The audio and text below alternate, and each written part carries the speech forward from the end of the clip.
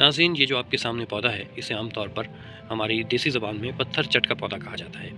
पत्थर चट का पौधा मुख्तलिफ़ किस्म की बीमारियों के लिए भी बहुत मुफीद है और जो आम तौर पर समझा जाता है कि जो गुर्दे में ख़ास तौर पर जो पथरी हो जाती है, उसमें इसका जो पत्ता है वो निहार मुँह खाने से उसमें अफ़ाक़ा होता है।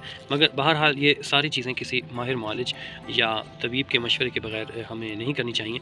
कर्ज़ में से भी नए पौधे निकलते हैं।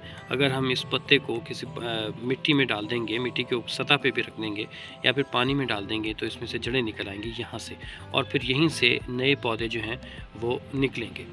तो दूसरा तरीक़ा इसका ये है लगाने का कि जो इसकी ये शाख़ है, यहाँ से भी इसे लगाया जा सकता है। ये देख रहे हैं कितनी छोटी-छोटी सी कलियाँ हैं और इसी अंदाज़ में ये ग्रो करेंगे।